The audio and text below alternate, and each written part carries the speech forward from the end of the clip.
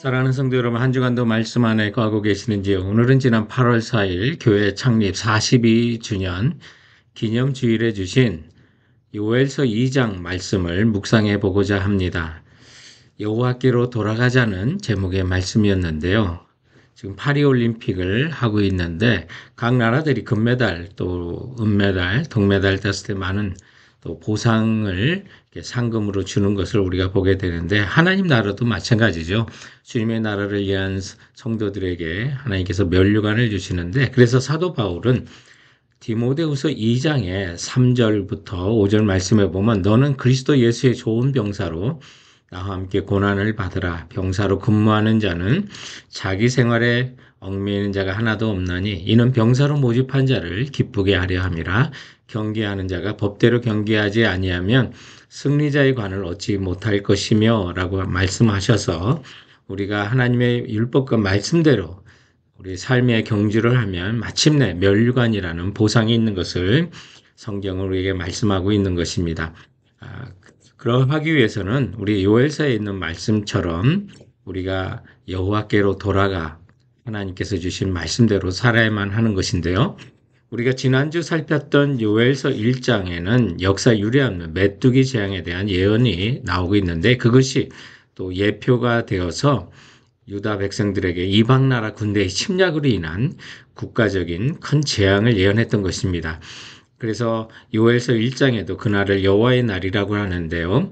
요엘서 2장에 와서도 1절과 11절에 그날을 여호와의 날이다. 이렇게 무서운 심판 날이 될 것이라고 예언하고 있는데요. 그러나 주님의 법대로 경주하는 자는 그러나 그 순간도 심판의 날이 아닌 하나님의 은혜를 얻고 구원을 상급으로 얻는 날이 될 것을 말씀하고 있는데 그 분기점이 바로 여호와께 돌아가는 것이고 또 오늘 18절에 보면 그렇다면 그때에 여호와께서 자기 땅을 극진히 사랑하시어 그의 백성을 불쌍히 여기실 것이라고 말씀하고 있는 것입니다. 자, 그렇다면 우리가 주님으로부터 상급을 받기 위해서 우리가 회개하며 주님께 돌아갈 것을 명령하고 있는데 그렇다면 우리가 어떻게 여호와께 돌아가는 것이 무엇인지를 한번 살펴보고자 하는 것입니다.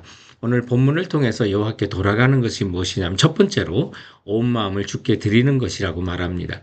오늘 본문의 12절과 13절에 보면 옷을 찢지 말고 마음을 찢어 온 마음이 주께 돌아가야 한다는 것을 말씀하고 있습니다.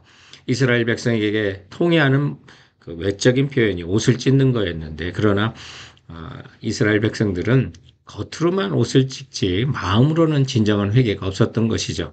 그렇다면 우리가 정말 마음을 찢고 온 마음으로 주께 드리는 것은 과연 무엇일까? 우리 지난주 요엘서 1장에서 다룬 내용을 이제 생각하시면 됩니다. 그 당시 백성들은 술에 취해서 사는 것 때문에 하나님을 창조주로 기억하지 못했던 것이죠. 우리도 오늘날 우리가 무엇인가 취해 살고 있고 또 세속적이고 육체적인 삶에 빠져 살고 있다면 그래서 하나님을 기억하지 못한다면 여러분 그것이 하나님께 마음을 들이지 않는 모습입니다.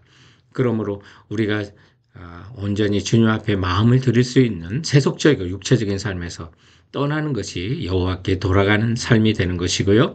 그리고 오늘 요엘서 1장에 보면 저들이 먹고 살고 하는 것에 열심을 내었지만 그러나 하나님을 기억하지 못하는 그 현실을 주님께서는 부끄러워하라고 말씀하셨는데 오늘날 내가 열심히 살았다고 착각과 영적인 교만함 속에 창조주 하나님을 기억하지 못했다면 성도 여러분 우리가 여호와의 날을 기억하고 돌아오라고 주님께서 그런 자에게 명령하시고 있는 것입니다. 요엘서 2장 1절에 보면 하나님께서 시온에서 나팔을 불며 나의 거룩한 산에서 경고의 소리를 지르라고 말하고 있는데 그만큼 위험한 날이 다가온다는 것이죠. 우리가 온갖 방법을 통하여 경고의 소리를 지르라고 그리고 나팔을 부르라고 하는데 여러분 고대 이스라엘 사회에서 나팔은 절기에도 불렀지만 전쟁이 일어날 때 불렀던 것입니다.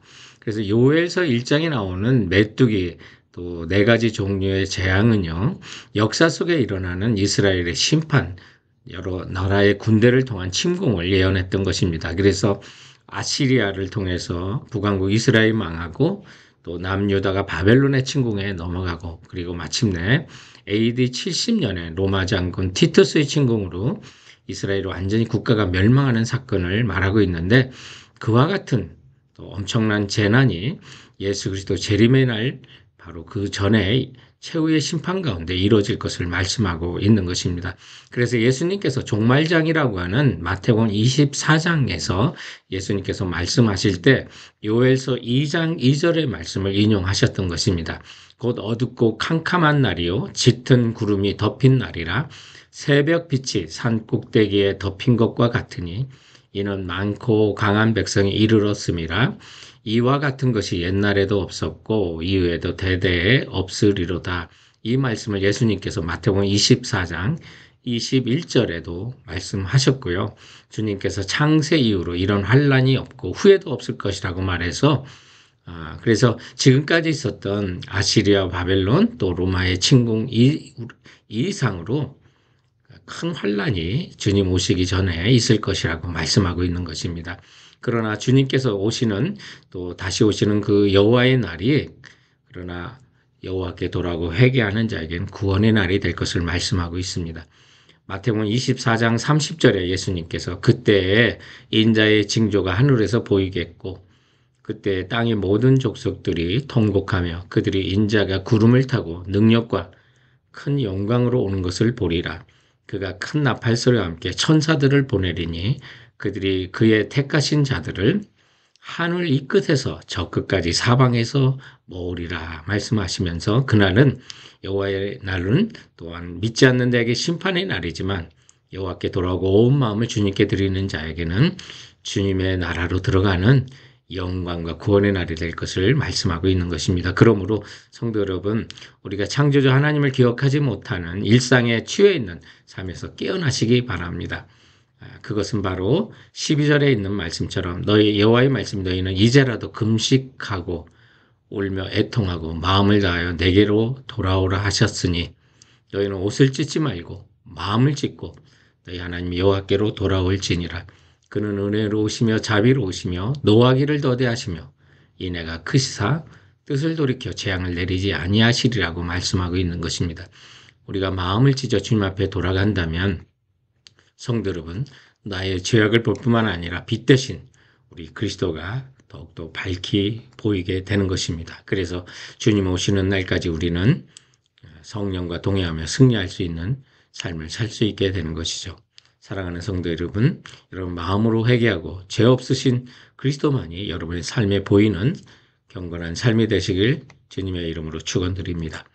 오늘 또한 여호와께로 돌아가는 방법, 오늘 본문이 가르치는 두 번째 가르침이 있다면 그것은 주를 기뻐하며 즐거워하는 것입니다. 우리가 주님께 돌아간다면 우리가 이 세상의 어떤 조건이나 또는 환경을 통해서 기뻐하고 즐거워하는 것이 아니라 여호와 한 분, 그분만으로 인하여 우리는 기뻐할 수가 있게 되는 것이죠. 오늘 본문 말씀에 보면 23절 시온의 자녀들아 너희는 너희 하나님 여호와로 말미암아 기뻐하며 즐거워할지어다. 너희는 너희 하나님 여호와로 말미암아 기뻐하고 즐거워하라고 말합니다. 그가 너희를 위하여 비를 내리시되 이른 비를 너에게 적당히 주시리니 이른 비와 늦은 비가 예전과 같을 것이라. 요엘서에 보면 구약을 보면요. 하나님이 내려주시는 비 또 은혜의 축복은 현세적이고 물질적인 축복을 대부분 말씀하고 있습니다. 그러나 신약에서 말씀을 보면 그 모든 것이 영적인 것임을 우리가 깨닫게 되는 것이죠.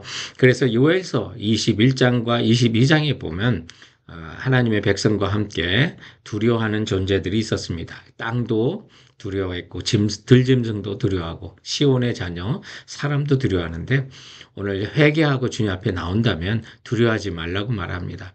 그래서 21절에 보면 너무나도 재밌는 것이 땅이여 두려워 말고 즐거워하며 기뻐하며 즐거워하라고 했고요. 22절에도 들짐승아 두려워하지 말지어다. 23절에도 시온의 자녀들아 너희 하나님 여호와로 말미암아 기뻐하며 즐거워할지어다 말하고 있는데요. 로마서 8장에 있는 것처럼 우리가 타락하고 죄 가운데 빠지면 만물도 고통스러움을 겪게 되는 것입니다. 만물도 신음하고요. 그러나 우리가 주님으로부터 구원을 받으면 온 자연 만물도 회복이 되는 것입니다. 왜 그렇습니까? 땅도 두려워하지 않고 여러분 들짐승도 두려워하지 않고 시온의 자녀도 두려워하지 않을 수가 있습니까? 바로 우리 하나님이 창조주이시며 역사를 주관하시고 축복의 근원 되시기 때문입니다. 그분이 함께 하시면 시편 30편 11절에 있는 것처럼 주께서 나의 슬픔이 변하여 내게 춤이 되게 하시며 나의 베옷을 벗기고 기쁨으로 띠를 띄우셨다고 우리도 찬송할 수가 있는 것입니다. 사랑하는 성도 여러분, 우리가 주님께 돌아갑시다. 이 세상에 아무리 살기 힘들고 어려워도 우리는 그 조건 때문에, 환경 때문에 기뻐하는 것이 아니라 우리를 구원하시고 우리의 능력이 되시고 소망이 되시고 모든 소망이 되시는 여호와로 말미암아 기뻐하며 즐거워하는 우리 성도들 되시길 주님의 이름으로 축원드립니다. 사랑하는 성도 여러분, 그럼 이번 한 주간도 주께서 주신 말씀으로 승리하세요.